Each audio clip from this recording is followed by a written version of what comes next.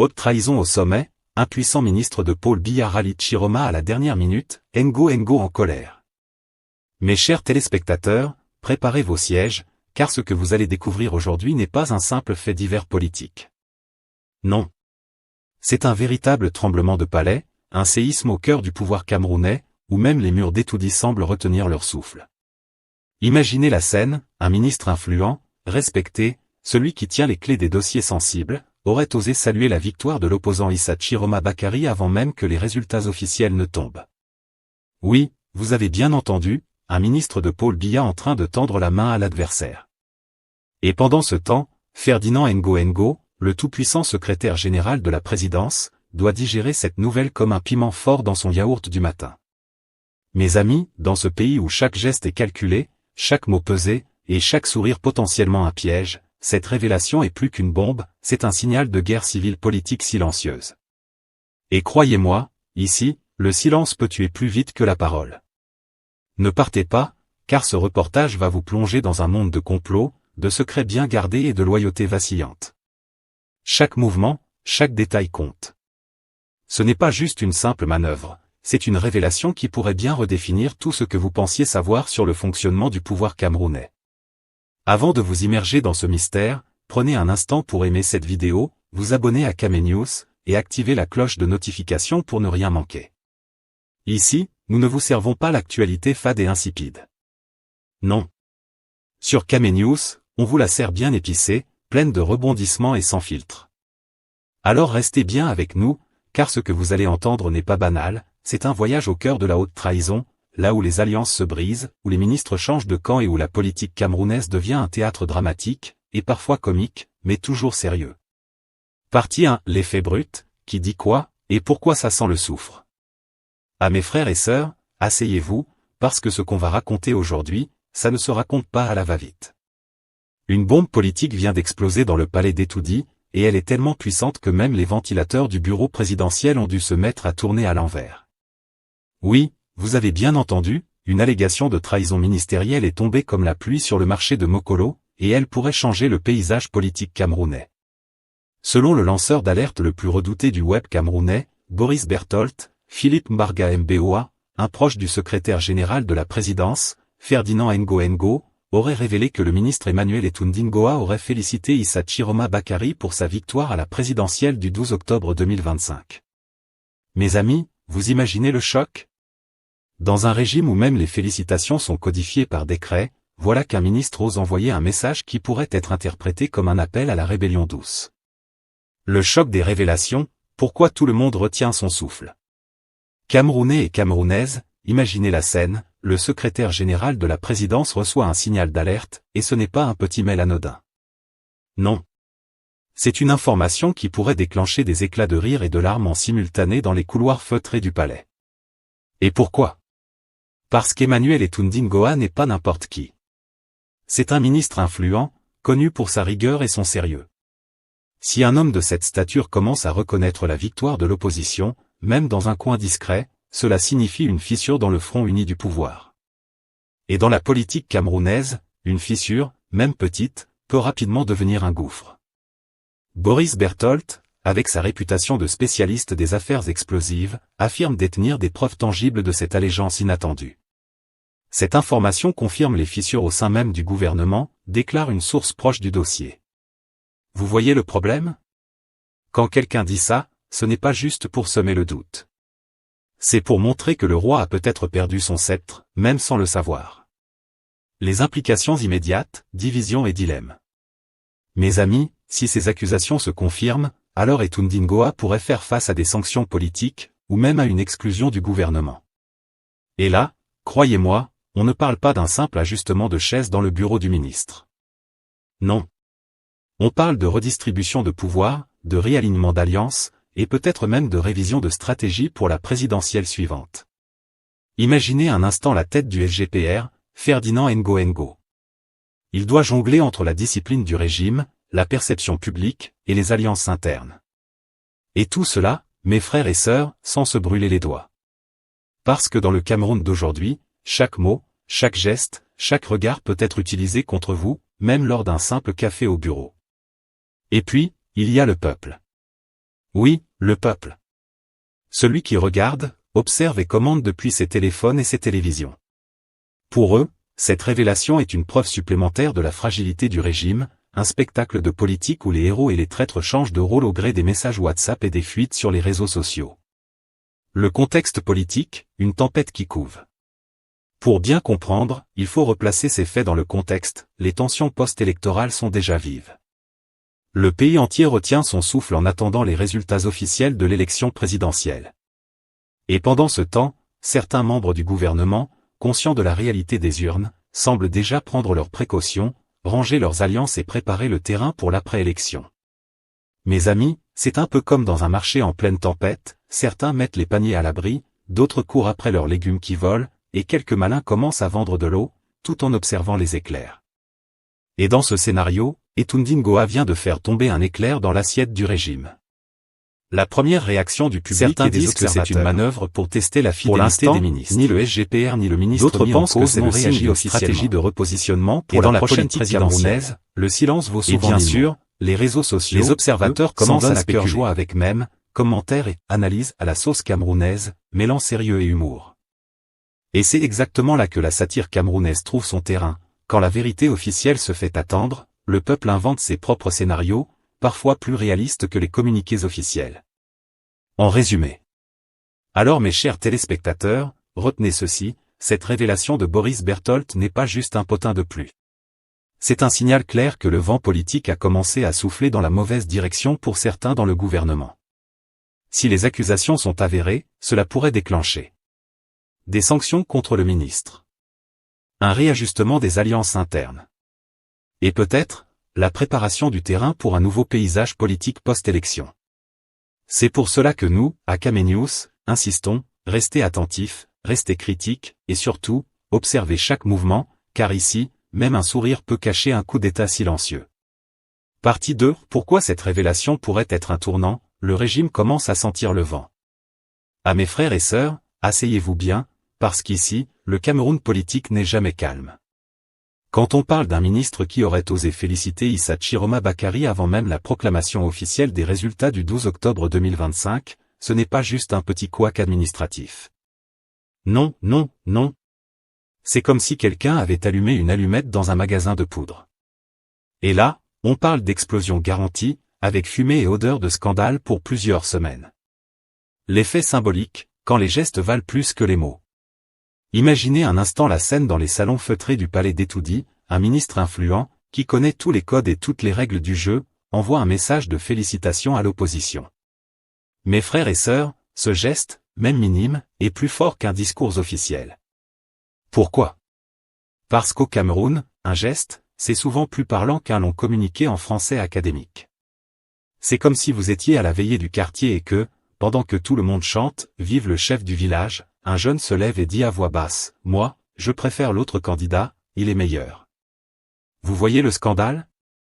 Eh bien, au niveau ministériel, c'est exactement ça. Le symbole dépasse le mot, la loyauté se mesure dans les actes, pas seulement dans les paroles. Et là, certains disent déjà, « Ah, mon frère, le vent a tourné. » La mécanique interne, les alliances secrètes et les paris d'après-élection. Dans le Cameroun du pouvoir, chaque ministre sait que le vote n'est pas qu'une formalité. C'est un jeu d'échecs à ciel ouvert, où chaque mouvement peut rapporter ou coûter une carrière entière. Si Emmanuel Etunding Goa a effectivement félicité Chiroma, il ne l'a pas fait par hasard. Il a calculé son coût. Il a mesuré le terrain. Et il a envoyé un signal clair à ses collègues. Moi, je sais déjà où le vent souffle, et je prends position. Vous comprenez le danger? C'est exactement ça qui déclenche des crises silencieuses dans un gouvernement. Certains commencent à murmurer dans les couloirs. D'autres prennent des notes discrètes. Et quelques malins commencent à préparer leur alliance post-élection avant même que les urnes ne parlent officiellement. C'est une danse subtile, mes amis. Une danse où chaque pas compte, et où le faux pas peut vous faire tomber de la scène politique.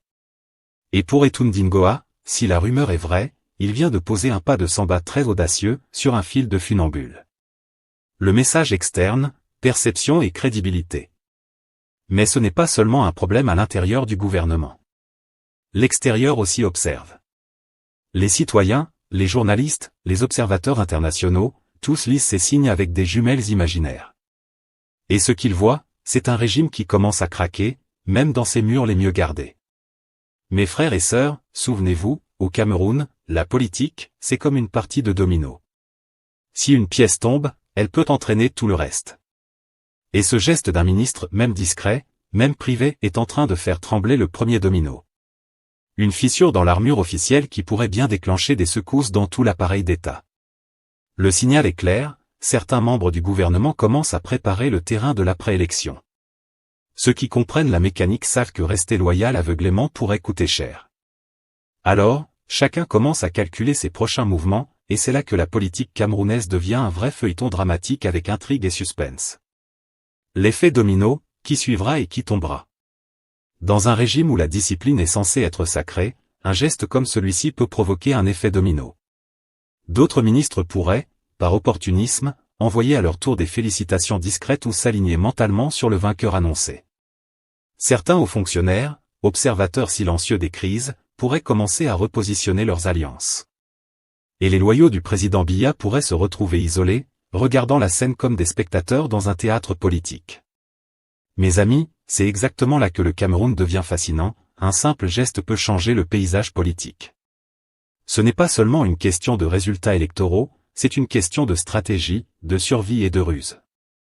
Comme on dit au marché, quand le coq du voisin chante avant l'aube, il vaut mieux préparer ses oreilles, le calcul de la survie, pragmatisme avant fidélité. Enfin, il faut comprendre une chose, dans cette danse du pouvoir, la fidélité aveugle n'est pas toujours payante. Certains ministres ont déjà compris que le pragmatisme prime sur la loyauté, surtout quand la tempête approche. Féliciter Chiroma avant l'heure pourrait être une façon de sécuriser sa position dans le futur gouvernement ou d'envoyer un message aux alliés de l'opposition. Je sais reconnaître la réalité, et je ne saurais pas oublier quand le vent tournera. C'est subtil, mes amis. Très subtil. Mais au Cameroun, la subtilité est souvent plus puissante qu'un décret présidentiel. En résumé, cette révélation n'est pas un simple « buzz ». C'est une alerte politique, un thermomètre pour mesurer les fractures dans le gouvernement. Si Boris Berthold dit vrai, alors Emmanuel Etundingoa n'a pas seulement félicité Chiroma, il a lancé un signal clair aux autres ministres. Regardez, le vent a changé, adaptez-vous. Et ce signal, mes frères et sœurs, pourrait bien faire trembler les murs de l'État plus vite que le prochain Conseil des ministres. En clair, ce geste, petit mais stratégique, pourrait redessiner le champ politique camerounais dans les semaines qui viennent, et c'est exactement ce que nous allons suivre dans la partie 3 et 4 de ce reportage. Partie 3, les preuves et la prudence journalistique, entre rumeurs, vérité et plats bien pimentés. À mes frères et sœurs, dans ce Cameroun où même la pluie tombe selon les clans politiques, il faut toujours faire attention avant de crier au scandale. Parce qu'ici, comme on dit chez nous, le mensonge voyage en avion pendant que la vérité cherche encore la moto. Et dans le dossier explosif qui oppose Philippe Mbarga Mboa, Ferdinand Ngo et Emmanuel Etundingoa, la vérité est quelque part entre l'aéroport de la rumeur et le péage de la manipulation. Mais attention hein. On n'est pas là pour raconter les cancans des bars de Yaoundé, non. On est Caménius, le temple du décryptage propre et bien assaisonné. Alors, prenons nos loupes journalistiques et allons regarder de près cette histoire de félicitations interdite. D'abord, que dit exactement Boris Berthold? Le lanceur d'alerte le plus redouté du web camerounais affirme détenir des preuves, messages, enregistrements, ou peut-être même une capture d'écran bien placée. Selon lui, Emmanuel Etundingoa, ministre en exercice, aurait adressé des félicitations à Issa Chiroma Bakary, candidat de l'opposition, pour sa victoire à la présidentielle du 12 octobre 2025 alors que même Elekan n'a pas encore fini de recompter les bulletins des chefs-lieux. Dans le Cameroun politique, ce genre de message est plus dangereux qu'un serpent dans la poche. Parce que féliciter un opposant, c'est déjà trahir le silence du système. C'est comme dire à voix basse dans une réunion du RDPC, « Papa, le vent tourne ». Et ça, mes frères, c'est le genre de phrase qui peut transformer un ministre en ancien ministre du jour au lendemain. Mais attention. Ce que Boris Berthold publie, ce sont des allégations, pas encore des certitudes. C'est pourquoi, en bon journaliste, on doit suivre la méthode Caménius, écouter, vérifier, croiser, et rire un peu avant de conclure. Les faits disponibles, beaucoup de bruit, peu de réponses. Pour l'instant, les seules choses que nous avons entre les mains, c'est 1. Le post public de Boris Berthold affirmant détenir les preuves. 2. Les réactions en chaîne sur les réseaux sociaux où tout le monde, du taximan au doctorant, devient analyste politique.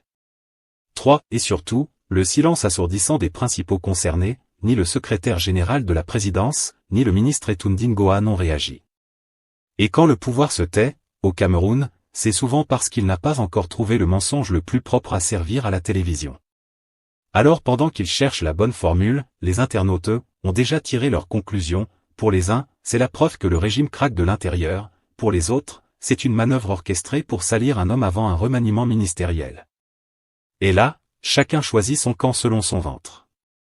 Parce qu'ici, la politique n'est pas une question de conviction, c'est une question de position. Les règles du métier, Kame News ne mange pas sans goûter. En journalisme, il y a une règle d'or, quand le plat est chaud, souffle avant d'avaler. Autrement dit, tant que les faits ne sont pas vérifiés, on garde la tête froide. Et pourtant, dans le Cameroun d'aujourd'hui, tout le monde veut être le premier à annoncer la mort du voisin avant même d'appeler l'hôpital. Mais à Kame News, on ne tombe pas dans ce piège.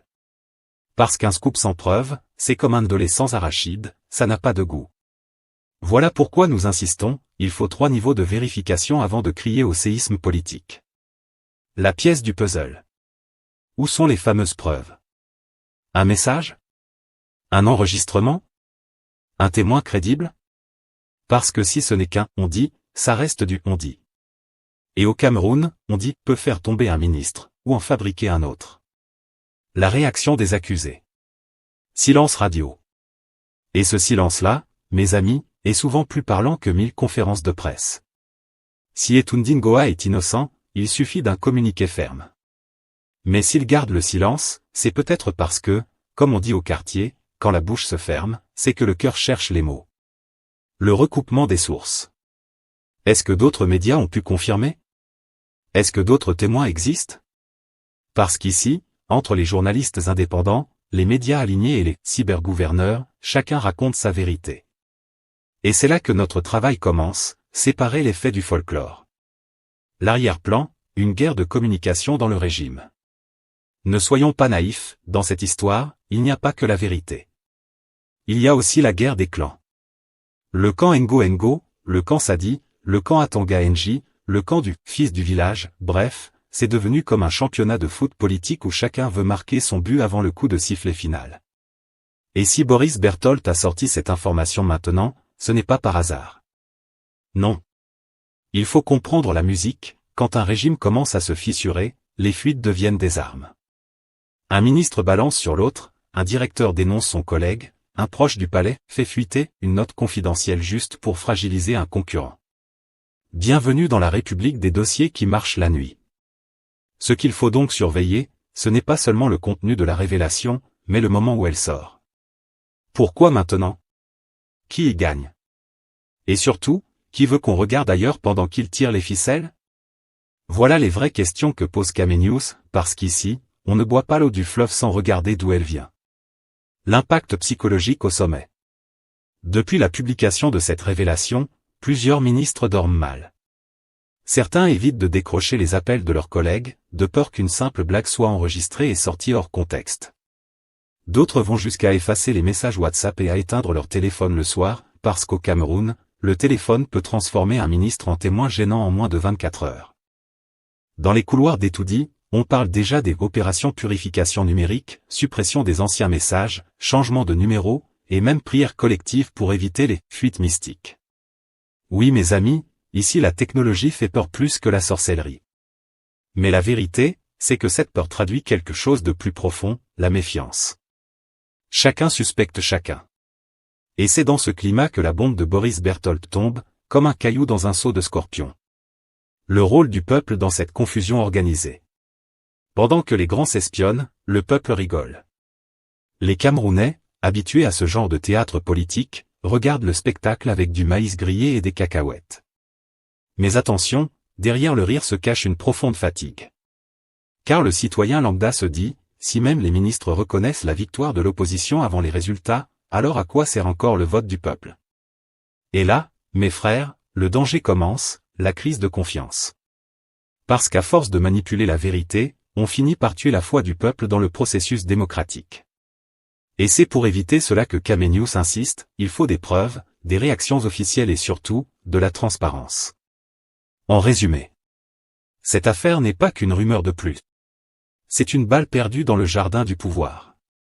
Si elle touche la mauvaise cible, elle peut provoquer un remaniement ministériel, des démissions ou même des règlements de comptes politiques. Mais si elle s'avère fausse, elle risque de décrédibiliser encore un peu plus les rares voix qui osent dénoncer les dérives du régime. En attendant, une chose est sûre, au Cameroun, quand la vérité commence à tousser, c'est que quelqu'un vient d'attraper froid au palais. Partie 4 Scénario et conséquences probables, quand le régime commence à danser le tango de la confusion. À Cameroun mon pays. Quand la marmite politique commence à bouillir, chacun veut retirer sa cuillère avant que ça ne déborde. Et là, chers téléspectateurs de Kamenius, le plat est en train de déborder sur toute la table du gouvernement. Parce que si ce que Boris Berthold balance là est vrai, qu'un ministre du gouvernement, Emmanuel Etundingoa, a osé féliciter Issa Chiroma Bakary avant même que Elekam n'ouvre la bouche, alors là mes frères, mes sœurs, c'est le clash des générations, le kpacom du siècle, le film sans fin du régime des surprises. Le tonnerre dans le ciel du palais. Imaginez un peu la scène au palais d'Etoudi, Ferdinand Ngo, l'homme des dossiers secrets, apprend que son ami Philippe Mbarga Mboa vient de dénoncer un collègue du gouvernement. Et pas n'importe lequel. Un ministre, professeur d'université, qui aurait levé son verre en disant « Bravo Issa Chiroma, le peuple t'a choisi ». Eh bien mes amis, si c'est ça, alors la République vient de se transformer en un gigantesque marché de Mokolo, où tout le monde parle fort, personne n'écoute, et chacun vend sa vérité comme les beignets chauds du matin. Dans la haute sphère du régime, cette nouvelle a le goût d'un piment trop fort, ça pique, mais on ne peut pas cracher. Parce que si un ministre en exercice reconnaît la victoire d'un opposant, cela signifie qu'à l'intérieur même du régime, certains ont déjà commencé à ranger leurs costumes du RDPC pour sortir les nouveaux habits du gouvernement de l'après-Biya. Oui, ne riez pas, la politique camerounaise c'est comme le ndolé, il faut toujours goûter avant d'ajouter le sel. Les conséquences, entre punition et repositionnement. Alors que faire d'un ministre qui a mal voté dans son cœur? On connaît la chanson, d'abord, réunion d'urgence au palais, ensuite coup de fil discret à la DGRE, et enfin, le classique on te met au frigo, c'est-à-dire suspension, humiliation ou limogeage masqué sous prétexte de raison de santé. Mais attention, punir Etundingoa, c'est aussi reconnaître que le régime se fissure. Et ça, mes frères, c'est une chose que le pouvoir déteste plus que la pluie le jour de la fête nationale. Le régime va donc devoir jouer au funambule, montrer la fermeté sans montrer la peur. Faire croire qu'il contrôle tout, même quand le plancher commence à s'effondrer sous ses propres bottes. Et pendant ce temps-là, du côté d'Issa Chiroma, on doit se frotter les mains, donc même les ministres viennent déjà boire le vin de la victoire avant le banquet officiel. Vous voyez le film? C'est comme si les invités commençaient à danser pendant que le marié est encore à la mairie. Le casse-tête politique de Ngo. Et puis il y a Ferdinand Ngo, le tout-puissant secrétaire général de la présidence. Lui, il se retrouve dans un dilemme plus grand que le pont du Wouri. D'un côté, il doit protéger la discipline du régime. De l'autre, il doit éviter de se créer de nouveaux ennemis dans un gouvernement déjà divisé comme un paquet de plantains trop mûrs. Parce que dans cette histoire, Philippe Mbarga Mboa n'a pas parlé tout seul. Non. Dans les cercles du pouvoir, rien ne sort sans autorisation tacite. Cela veut donc dire qu'il y a des clans, les pro-Biya, les pro-Ngo, les pro-Chiroma, et même les pro-moi-même, ceux qui ne soutiennent que leur propre ventre. Si Ngo décide de sévir contre Etundingoa, il donne un os à ronger aux observateurs qui diront, vous voyez? Le régime se bouffe entre eux maintenant. Mais s'il ferme les yeux, il laisse s'installer un précédent dangereux, celui d'un gouvernement où chaque ministre choisit son camp avant même la proclamation officielle des résultats. Et là, la cohésion du système part en fumée. Les calculs de survie, chacun cherche sa porte de sortie. Ce qu'il faut comprendre, c'est qu'en période post-électorale, chaque ministre devient un stratège de sa propre survie. On appelle ça au Cameroun, la politique du parapluie, tu t'abrites avant que la pluie des sanctions ne commence à tomber. Et dans ce cas précis, certains membres du gouvernement semblent déjà avoir compris que le vent du changement souffle fort, très fort. Ceux qui croyaient que tout était verrouillé commencent à voir les serrures rouillées. Et quand les verrous du pouvoir commencent à grincer, chacun cherche sa clé personnelle. Le plus drôle, c'est que même ceux qui riaient hier du phénomène Chiroma commencent aujourd'hui à lui passer des coups de fil nocturnes, du genre. Mon frère, je voulais juste te féliciter pour ta belle campagne, hein, rien d'autre. Mais dans le langage politique camerounais, un simple « félicitation » vaut souvent plus qu'un vote, c'est une promesse voilée d'allégeance, une carte de visite pour l'après. Et c'est pour ça que la bombe de Boris Berthold fait si mal, elle ne dévoile pas seulement un secret, elle met à nu la peur, la stratégie et la duplicité qui règnent dans les coulisses du pouvoir. Le verdict populaire, le peuple observe et rit jaune. Et pendant que les grands jouent au chat et à la souris, le peuple, lui, observe depuis son poste télé, entre colère et éclat de rire.